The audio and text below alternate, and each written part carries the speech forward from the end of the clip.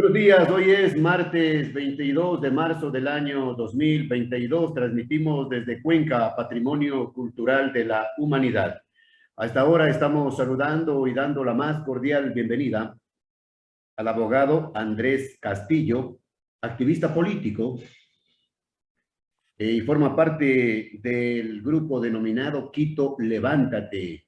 Andrés, buenos días, gracias por aceptar la invitación. En todo el país Buenos días, Juanjo. Qué gusto todo el saludarle. país Gracias.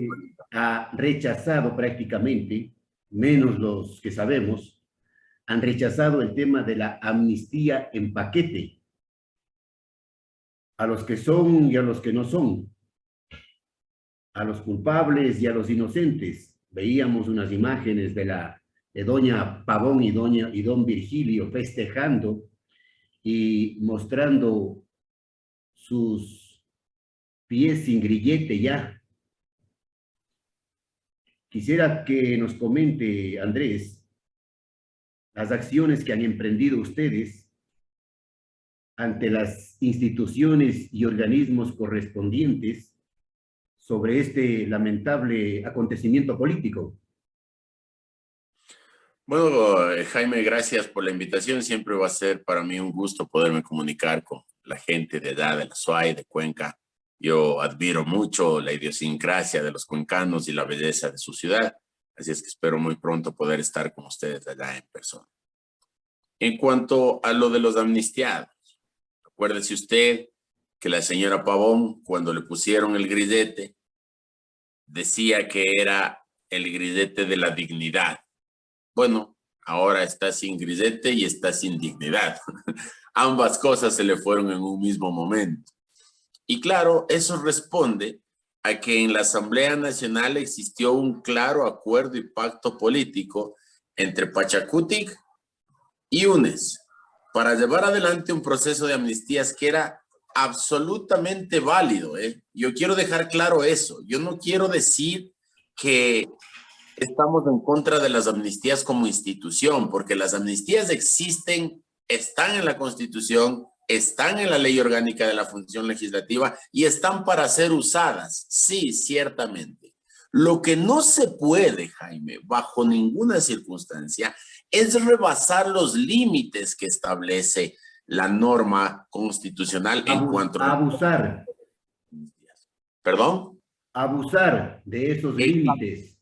Exactamente, porque en primer lugar, el artículo 120, numeral 13 de la Constitución establece con claridad absoluta que las amnistías se otorgarán para delitos políticos. No hay una definición en el ordenamiento jurídico de qué es un delito político, pero al quedar en la subjetividad, al menos el razonamiento y el sentido común nos hace entender cuáles pueden ser delitos políticos o delitos conexos. Yo le puedo decir, por ejemplo, que un delito político puede ser tomarse una institución pública hasta llegar el momento de tener una negociación, pero de ahí a incendiarla y de ahí a perder los datos, de incendiar los datos y los estudios y los informes como pasó en la Contraloría, ya eso es otra cosa. Yo puedo decir que un delito político puede ser cerrar una calle para que la gente no pase, pero de ahí a apedrear periodistas mientras cierran la calle, estamos ya en otra cosa, ¿no? Entonces, claro, estamos frente a una amnistía que al haber sido puesta en paquete en una sola resolución, nosotros hemos iniciado la acción de inconstitucionalidad pertinente, porque no es solamente el señor Issa, el señor Vargas y el señor Santi quienes están siendo investigados por secuestro o terrorismo, que dicho sea de paso, ese es otro de los límites, es decir, no se puede otorgar amnistías a gente que están siendo investigadas o sentenciadas por delitos contra la administración pública o contra la vida por causas políticas o por secuestro o por terrorismo. Y el señor Issa y el señor Vargas y el señor Santi y al menos una docena y media de los amnistiados están siendo investigados por ese delito. Por lo tanto, la Asamblea ha violado la Constitución, ha sobrepasado lo que establece la norma jurídica y eso sin duda alguna es materia de una acción de inconstitucionalidad porque toda resolución de poder público es susceptible de impugnación. Jaime, esta gente ha dicho que no, que ya no se puede hacer nada, que está grabado en piedra. pero al mismo tiempo presentan una fe de ratas para incorporar nueva gente en la resolución, que a decir de ellos, al estar ya publicada en el registro oficial, ya no hay nada que hacer y que causaría Estado. Pero ¿qué va a pasar ahora, Andrés? ¿Qué va a pasar con las acciones que han emprendido ustedes? ¿Qué pretende, hasta dónde pretenden llegar? Tito, levántate. Bueno, como se suele decir siempre, ¿no? Vamos a llegar hasta las A las últimas últimas consecuencias. y a veces las últimas consecuencias no son ni las primeras consecuencias, ¿no? Esto no solo pasa por la lucha que podamos hacer desde la ciudadanía, Jaime. Esto también pasa por una real conciencia en la Corte Constitucional de lo que está pasando con el país. La Corte Constitucional es el más alto tribunal de interpretación constitucional y por lo tanto tiene que entender que si es que no da paso o no interpreta este tipo de cosas, le están quitando la capacidad normativa a la Constitución. Es decir, están dejando las normas constitucionales como meras sugerencias. Es decir, lo que se establece en la Constitución, uno ve si es que la aprueba o no. Y eso es lo que a mí me ha preocupado un tanto desde hace un tiempo para acá, que la Corte ha ido quitándole capacidad normativa y coercitiva a la Constitución. Y le voy a citar dos casos o dos ejemplos rapidísimo, fuera totalmente de lo que estamos conversando, pero para ilustrar lo que le quiero decir. La Constitución de la República establece con absoluta claridad que el matrimonio es la unión estable y monogámica entre hombre y mujer. Eso establece la Constitución. Bueno, los jueces de la Corte dicen que no es así, que había que interpretar aquello cuando la norma es clara, y ahora dicen que el matrimonio es la unión estable y monogámica entre dos personas libres de vínculo matrimonial, es decir, indistintamente de cualquier sexo. Y ahí se comieron la norma, el principio normativo de la Constitución. La Constitución establece, por otro lado, que el Estado ecuatoriano protege la vida desde la concepción. Bueno, interpretaron los señores y dieron lugar al paso y dieron paso a este tema del aborto por violación, y en la asamblea comenzaron con el regateo de en cuántos meses mismo hay que comerse a los niños dentro del vientre. Ahora, para el tema de las amnistías, obviamente es un tema fundamental que se entienda que no se puede dar amnistías para este tipo de casos porque, Jaime, de darse las amnistías para este tipo de casos, dejamos una puerta abierta para que esta gente pueda delinquir libremente y después conseguirse 2, 3 amigos en la Comisión de Garantías Constitucionales y sacar adelante sus procesos y resultar amnistiados, ¿no? ¿Qué va a pasar con el tema, o cuál es su comentario, su criterio jurídico sobre el tema de la fe de ratas? La fe de ratas es un abuso a la norma. En efecto, uno puede presentar una fe de ratas cuando existen errores de forma. Es decir, por poner un ejemplo claro con usted, resulta que uno de los amnistiados resulta ser el señor Jaime Cedillo, pero en la resolución esta gente puso Jaime Cedillo con S. Ok, sí, es Jaime Cedillo con C, no con S. Cambiemos, pongamos Cedillo con C. Pero resulta que en estos temas, quienes pretenden la fe de ratas, no solamente que tienen problemas con numeritos de cédula, pues Jaime, estos están poniendo nuevos procesos en el caso de Jaime Vargas. Se aprobó unos y están poniendo otros distintos, nuevos, le están dando amnistía de otros procesos que Dios averigüe y perdone de qué se trata. Pueden ser inclusive de la innumerable cantidad de juicios de alimentos que tiene este señor que le están dando amnistía por algo que no trató la Asamblea. Están incorporando nuevos nombres que no estuvo en la resolución de la amnistía. Entonces, incorporando, claro, incorporando al margen de lo acordado, digamos así.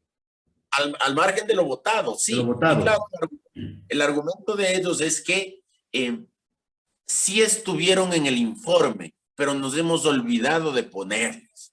Mire, Jaime, en derecho parlamentario se puede votar por dos cosas. Se puede votar por el informe o se puede votar por las mociones que se presentan ante el Pleno.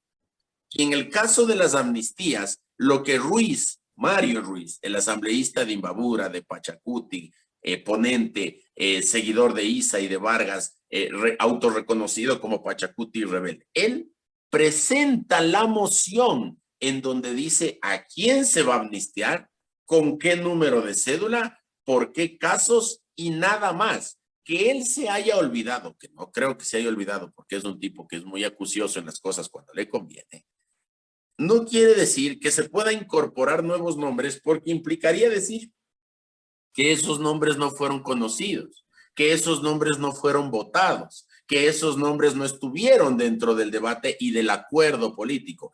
Incrementar nuevos sería un total despropósito al Estado de Derecho y al principio fundamental de coherencia y concurrencia de las resoluciones administrativas o legislativas en este caso. Por lo tanto, estaría dando un revestimiento de inconstitucionalidad una vez más.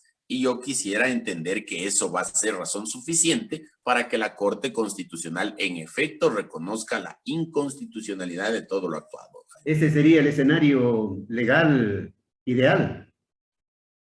Sí, sí, es que eso es lo que tendría que pasar. Es decir, la Corte Constitucional en un Estado constitucional de derechos y justicia, Jaime, tiene que entender el problema en su visión global, holísticamente, como dicen los psicólogos, ¿no? Es decir, viendo todas las aristas. Aquí no solamente estamos frente a una resolución que es claramente inconstitucional porque dan amnistías a quienes está prohibido dárselas.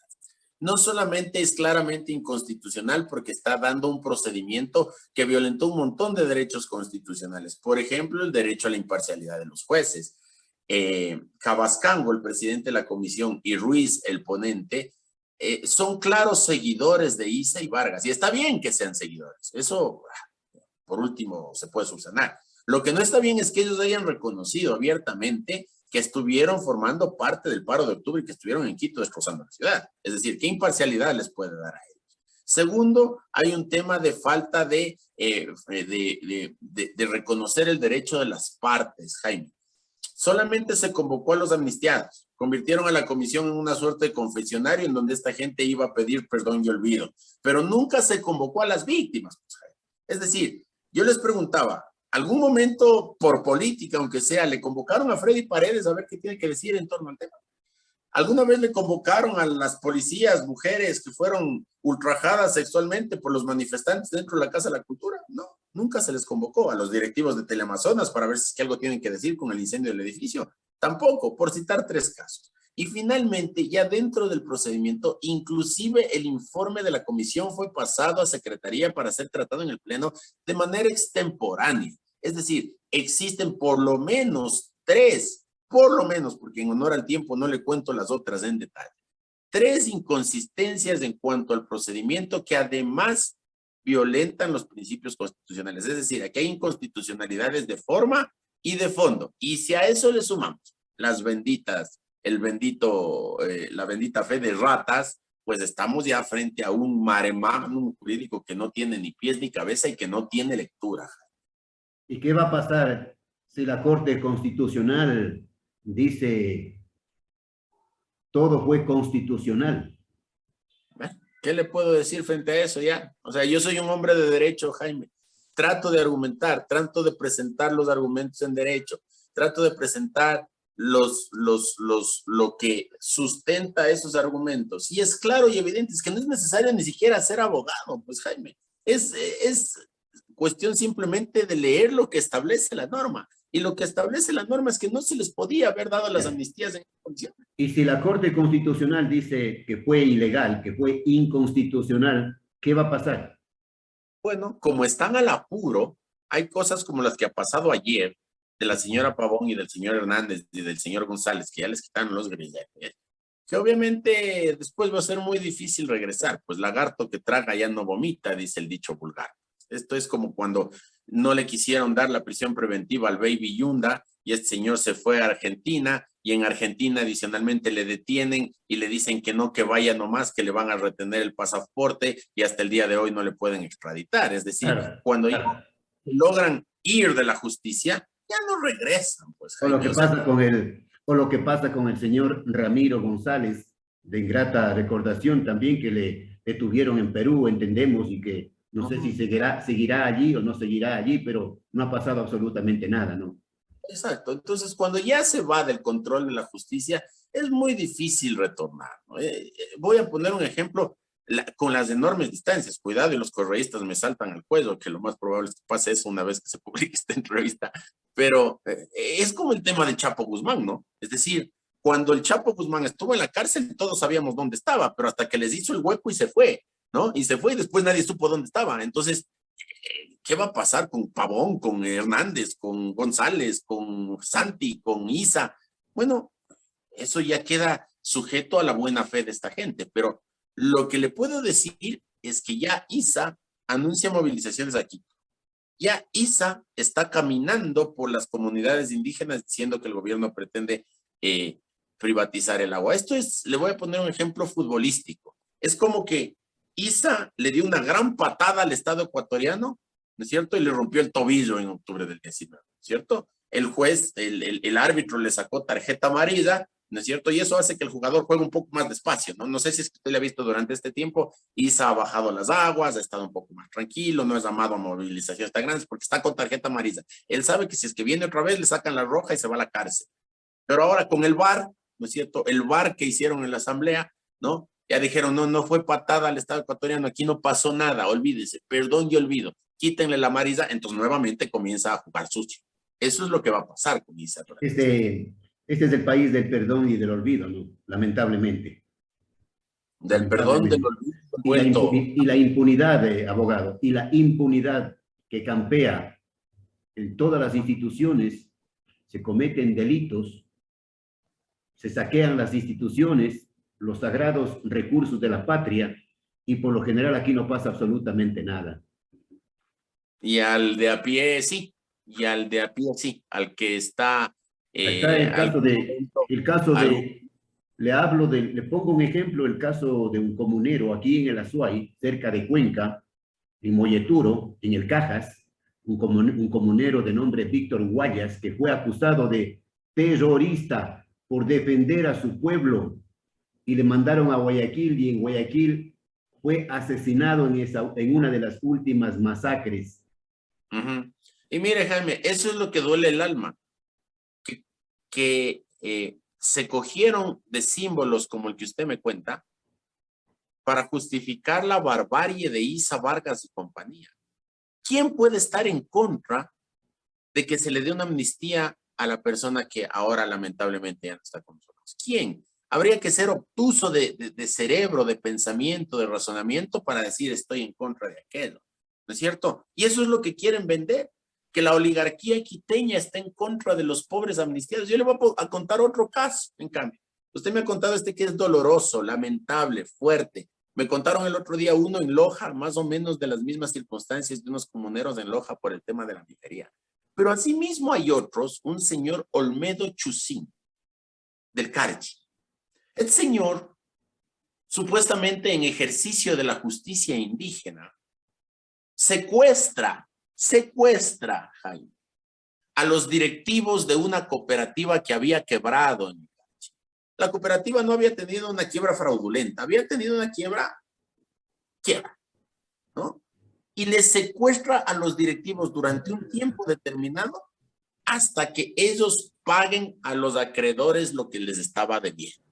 Está bien que se haga un proceso de cobranza, pero ni Toral Salamea en Guayaquil se atrevió tanto a secuestrar a los directivos de la cooperativa hasta que se paguen los valores que se debían a los depositantes. Es decir, mezclando a un comunero valiente como el que usted me cuenta, o como el que estuvo en Loja defendiendo también a su tierra, con delincuentes como estos, porque no hay otra palabra, delincuentes como estos.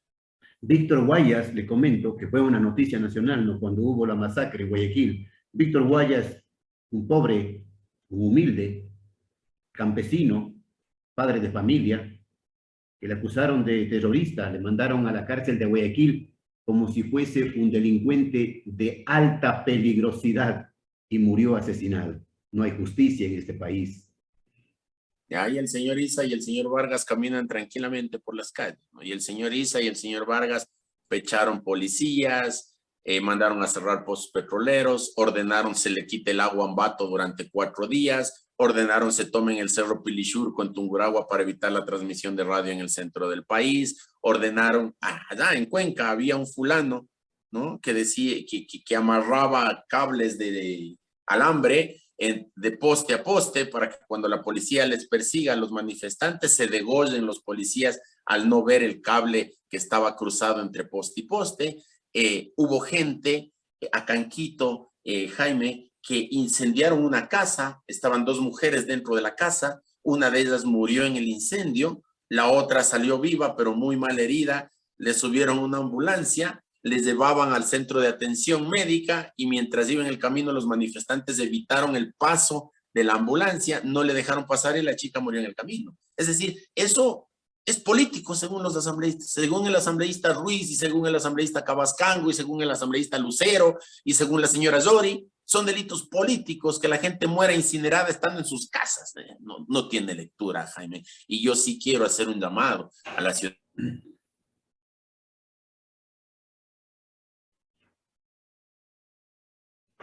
para que nos mantengamos vigilantes y no solo vigilantes.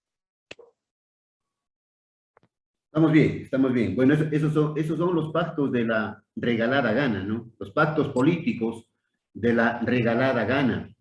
Pero según Villavicencio, perdón, le corto, según Villavicencio, son los nuevos pactos de la Moncloa. No sé si es que usted le escuchó. Es decir, creo que Villavicencio se equivocó allí, ¿no? Al dar el voto. Creo que se equivocó. Bueno, pero el tema de la revocatoria del mandato, ustedes han hablado también de que van a presentar el trámite cuando se cumpla el año de gestión de los señores asambleístas, padres de la patria.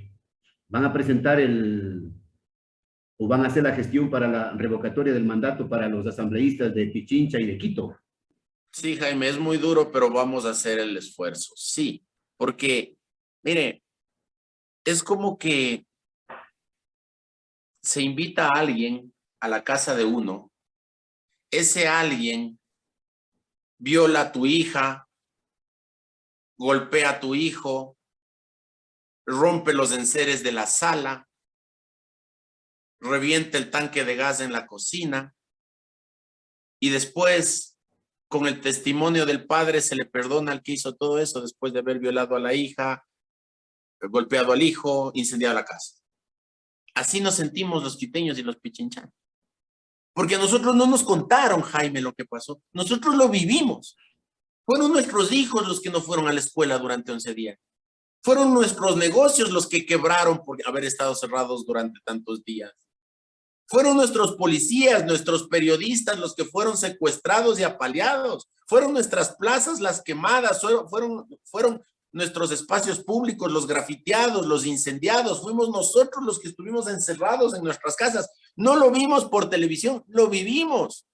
Y resulta que con votos de los asambleístas de Pichincha, de esta tierra, que hace un año nomás le estaban pelando el diente a los electores diciendo que van a legislar con sentido nacional, que van a legislar para todos, que nos van a defender de los gobiernos, que van a hacer lo mejor posible. Ellos mismos, en lugar de pensar en la gente, se ponen a pensar en sus correligionarios, en sus coidearios, en la gente que estuvo aquí en Quito reventando la ciudad. Ya es suficiente con lo que pasó con el señor Yunda, con la señora Yunda y con el rector de la Universidad Católica, pues, Jaime.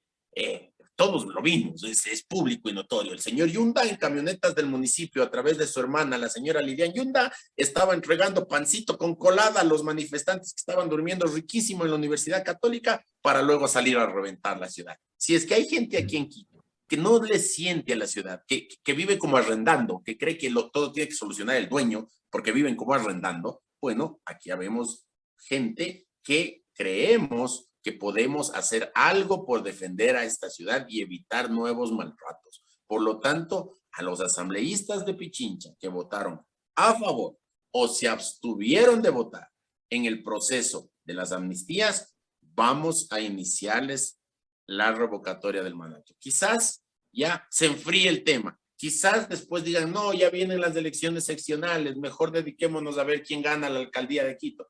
Bueno, ahora, por lo pronto, yo me empeñaré con el equipo de trabajo que tenemos en iniciar el debate para sacarles de sus curules a quienes alcahuetearon esta afrenta. Claro, y la revocatoria del mandato debería ser para todos los asambleístas que votaron por la amnistía en paquete, en combo, en cada provincia. Sí, Jaime, pero eso ya es cuestión de cada uno, cada provincia. Perfecto. Vamos con el tema. Ajá. Vamos con el tema de la muerte cruzada, abogado Andrés Castillo de Quito, levántate.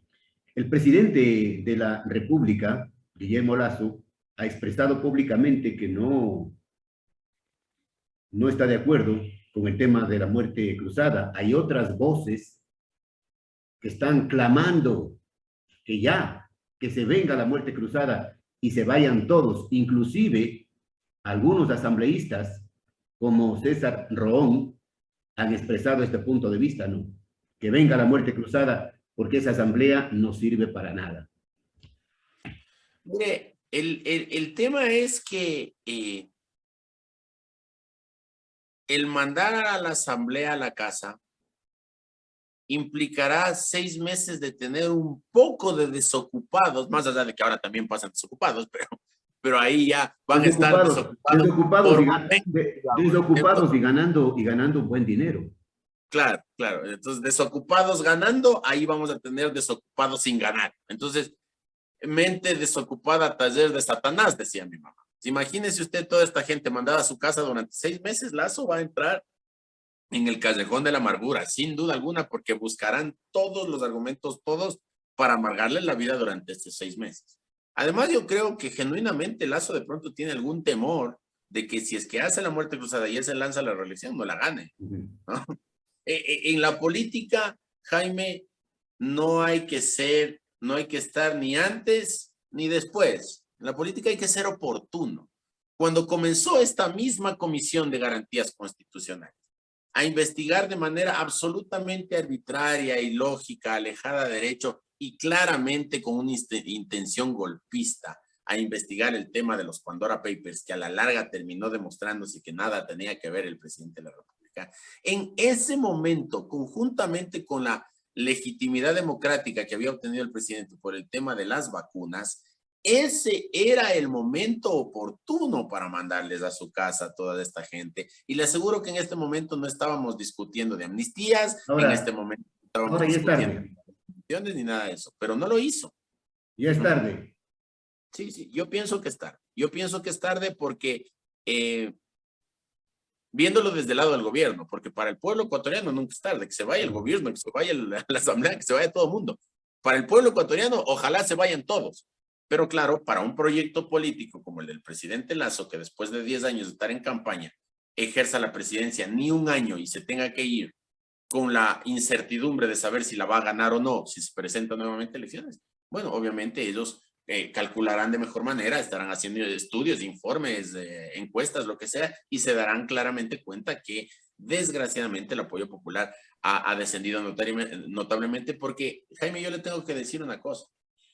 Cuando los franceses crearon la figura esta de la segunda vuelta, era justamente con la idea de fortalecer proyectos políticos dentro de un sistema semipresidencial para que todos aquellos que se quedan fuera respalden la posición de los finalistas y lograr un gran acuerdo nacional, ¿no es cierto?, que permita la gobernabilidad en Francia.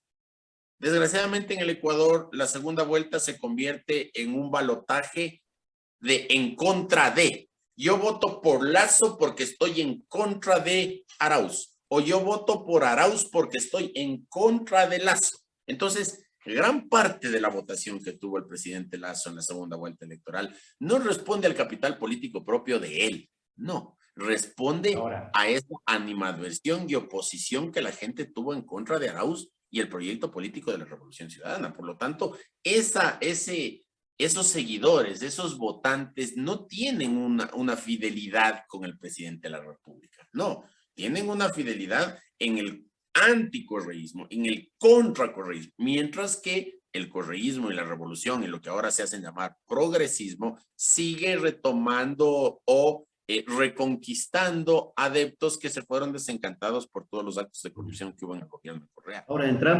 estamos viviendo ya un nuevo periodo preelectoral, llamemos así, por las elecciones seccionales del próximo año. Este periodo preelectoral vivimos en un ambiente en donde las instituciones del sector público están desacreditadas, todas, ponga una, todas. El pueblo no confía en la función judicial, no confía en la función legislativa, a lo mejor poco en la ejecutiva, en el Consejo de Participación Ciudadana, ya debería irse a su casa lo más pronto posible, eliminarse el Consejo de la Judicatura igual. Vamos, en definitiva, de mal en peor. Es que además hay una sensación, Jaime, de inestabilidad generalizada. Es decir, si tenemos un país en donde yo me reía el otro día porque me parece increíble, Jaime, tenemos desde hace 15 días el contralor subrogante del subrogante del subrogante en funciones prorrogadas. Es decir, es algo que ya es para contar un cacho, ¿no? Para hacer un chiste. Es de Ripley. De Ripley, ¿no? Entonces es el subrogante del subrogante del subrogante en funciones prorrogadas. En la Defensoría Pública, en funciones prorrogadas. En la Defensoría del Pueblo, el subrogante del que está detenido por actos relacionados con violencia sexual y que a su vez era el que sacó el informe en contra de la policía por el tema de octubre. Tenemos al menos 3 superintendencias con vacantes, porque recién se comieron también a la superintendente de bancos. Estamos con juicio político en contra del procurador. Estamos en juicio político contra el Consejo de Participación Ciudadana. El Consejo de Participación Ciudadana cambia de mayoría, le tuman a la presidenta y ponen otro que supuestamente va a mejorar las cosas. Y así. Entonces, claro, al existir esa sensación de inestabilidad en todo, queda claramente demostrado, Jaime, que la Constitución de la República fue diseñada bajo la lógica del partido único. Es decir, cuando ya existieron otras fuentes o otras fuerzas políticas que comenzaron a introducirse legítima y democráticamente en el Estado, comenzaron a haber problemas, ¿no? Esta lógica, por ejemplo, entre el Tribunal Supremo, el Tribunal Contencioso Electoral y el Consejo Nacional Electoral fue diseñado sobre la lógica del partido único, pero ahora tenemos una función electoral dividida, bicéfala, en permanente bronca.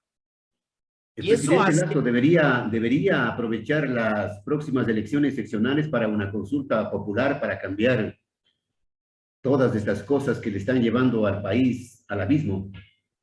Es que mire, Jaime, yo creo que sí, pero no sé si en el próximo proceso electoral. Y ustedes lo han vivido mejor que nadie. Y cuando digo ustedes, me refiero a la gente de la SUAY. Acuérdese usted cuando en las elecciones seccionales anteriores, al mismo tiempo se puso la consulta popular del agua. Ganó la consulta popular del agua y ganó el candidato que estaba auspiciando el tema del agua y la defensa del agua y del Cajas y todo esto que me refiero a Yacu Pérez. Si es que el presidente de la República pretende anclar la consulta popular a las elecciones seccionales, corremos el riesgo de que la gente, en rechazo al partido de gobierno, a sus candidatos, a sus postulados y al mismo presidente de la República, termine votando en contra de la consulta popular que puede ser muy sana y válida para el país. Acuérdese usted lo que sucedió en el año 87. El presidente León Febres Cordero le faltó por poco y pregunta, ¿está usted de acuerdo que en el Ecuador todos tenemos que ser felices? Y la perdió, porque las consultas populares muchas de las veces es un mecanismo de referéndum de la popularidad del presidente. Entonces, la consulta debería ser independiente al margen de las elecciones seccionales. Totalmente, porque por un lado, como le cuento, a Yacu Pérez le apuntaló la candidatura y fue invencible, ¿no? Fue invencible, y allá en Cuenca me darán la razón. Es decir, el agua más Yacu a la alcaldía la consulta gana. Acá en cambio, perdón, a la prefectura la consulta gana. Acá en cambio podemos correr el riesgo de que todos los candidatos de Creo al Piso, ni un concejal de rural a nivel nacional. Y la consulta perdida, bueno, y todo eso porque la psicología de la gente hace creer que las consultas populares son un mecanismo para refrendar lo que el gobierno está haciendo, y eso no es justamente lo que estamos buscando. Ya para concluir, Quito Levántate estará presente en las próximas elecciones seccionales. Mire, Jaime, en Quito Levántate hay un montón de gente que tiene aspiraciones políticas. Inclusive dentro del imaginario colectivo hay dos precandidatos a la alcaldía de Quito, que es el ingeniero Patricio Alarcón y este es su amigo y servidor. Pero nos hemos comprometido a la interna de Quito Levántate, dar el brazo a torcer y no ser candidatos a nada, si es que eso va a poner trabas al proceso de defensa de la ciudad. Yo estoy particularmente convencido de que más allá de las aspiraciones políticas que uno pueda tener, Quito merece ser defendida en todo momento. Voy a hablar en primera persona, a los políticos no les gusta y a los consultores políticos menos. No hables de vos. Bueno, les voy a contar porque esta gente es la que ha llevado el tema a discusión. Año 2019, paro nacional, destrozos a Quito, el abogado Castillo presenta las denuncias ante la Fiscalía en contra de Isidro Vargas. Año 2020, nuevamente viene Isa Vargas en plena pandemia, según ellos, a rendir una versión en la Fiscalía por los hechos de octubre del 19, van caminando, porque como era 12 de octubre, caminan 2-3 cuadras desde la Fiscalía hacia el monumento a Isabel la Católica que tenemos acá en la ciudad de Quito, le amarran con un cabo y la quieren tumbar, le echan pintura. ¿Quién presentó la denuncia? El abogado Andrés Castillo. El año pasado, toda la bronca que hubo en torno al señor Yunda, ¿quién estuvo al frente de los procesos judiciales? Este es su amigo y servidor. El año pasado, en octubre del 2021, vienen a la marcha que no vino Vargas ni Isa, sino que vino Yacu Pérez a destrozar el centro histórico de Quito. ¿Quién le puso la denuncia? El abogado Castillo. Es decir, hemos venido haciendo una defensa sistemática y sostenida de la ciudad. Y claro, ahora no soy yo ni el grupo Quito Levántate quienes pusimos en la mesa el tema de las amnistías. Fueron ellos los que pusieron pues la discusión. ¿Qué hacemos? Nos casamos, no decimos nada porque la gente cree que podemos ser candidatos a algo o porque hay gente que piensa que podríamos servirle a esta ciudad. Nos quedamos calladitos por cálculo político. Yo no me suscribo en eso, Jaime. Si es que yo no tengo que ser candidato por dar esta pelea y me quemo por siempre jamás, pues me voy a quemar por siempre jamás, pero a esta ciudad la respetan, guambritos. En esta ciudad no van a venir a hacer lo que les da la gana. Bienvenidos siempre, bienvenidos cuando quieran, protesten de lo que sea, pero una cosa es el derecho a la resistencia y otra cosa es el vandalismo. Yo no sé si es que el señor Yacu Pérez, por ejemplo, así como hizo en octubre del 21, puede caminar por Cuenca rayando paredes, meterse a la catedral, rayar la pared, rayar San Blas, rayar la catedral de Cuenca. Yo no sé si es que los cuencanos le permitirían eso. Muy probablemente le caerían con todo. Acá en Quito tenemos que ser cosmopolitas. Es el costo de ser la capital de la República. Es el costo de ser ciudad grande. No, señor. Vengan, protesten, marchen, párense de cabeza, hagan lo que sea, pero no violen policías, no incendien policías, no secuestren periodistas, no nos dañen el patrimonio, porque aquí va a haber una ciudadanía de pie, que al menos va a presentar lo que en derecho corresponde. Ya le corresponderá a la fiscalía, a las instituciones públicas darnos paso, pero aquí la vamos a defender siempre con la ley en la mano y con valentía. Gracias por la entrevista. Volveremos cuando haya un pronunciamiento de la Corte Constitucional sobre el tema de la amnistía en paquete. ¿Qué le parece? Espero que sea muy pronto y me dará mucho gusto que sea así.